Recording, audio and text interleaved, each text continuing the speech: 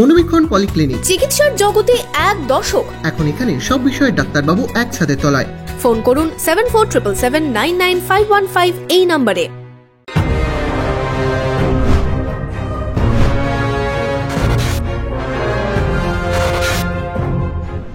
Laptop, desktop, CCTV, printer, AC, HP, Dell, Canon, CP plus, Hikvision ইত্যাদির authorized dealer টেলটা computer, Khagra, Baharampur. আমাদের HP showroom এখন রানীবাগানেও।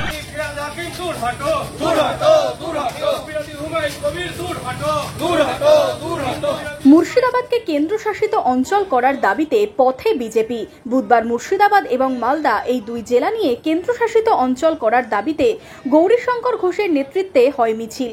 এদিন BJP Murshidabad জেলা কার্যালয় থেকে মিছিল বেরিয়ে বিভিন্ন এলাকা পরিক্রমা করে।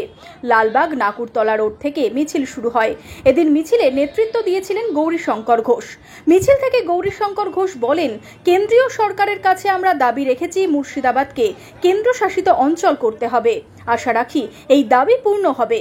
এছাড়াও তৃণমূল বিধায়ক হুমায়ুন কবির যে সমস্ত প্ররোচনামূলক দাবি করেছেন তারও ধিক্কার জানান গৌরীশঙ্কর ঘোষ। মানুষ চাইছে আইনের শাসন এখানে কায়েম হোক। তৃণমূলের শাসনে আইনের শাসন হবে না, এটা মানুষ বুঝে গেছে।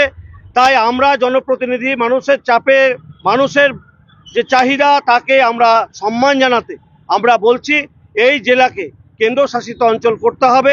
আপনারা জানেন 2022 সালে যখন ফ্ল্যাগ খুলে ফেলে দিয়েছিল 15ই আগস্ট, আমি 2022-এর 18ই আগস্ট স্বরাষ্ট্রমন্ত্রী, রাজ্যপালকে চিঠি করেছিলাম, প্রেসিডেন্টকে চিঠি করেছিলাম যে মুর্শিদাবাদ জেলা আইনের শাসন নেই, এটাকে কেন্দ্রশাসিত অঞ্চল করে এটাকে সুরক্ষিত রাখতে হবে, নিরাপদ এই জেলার মানুষকে রাখতে হবে।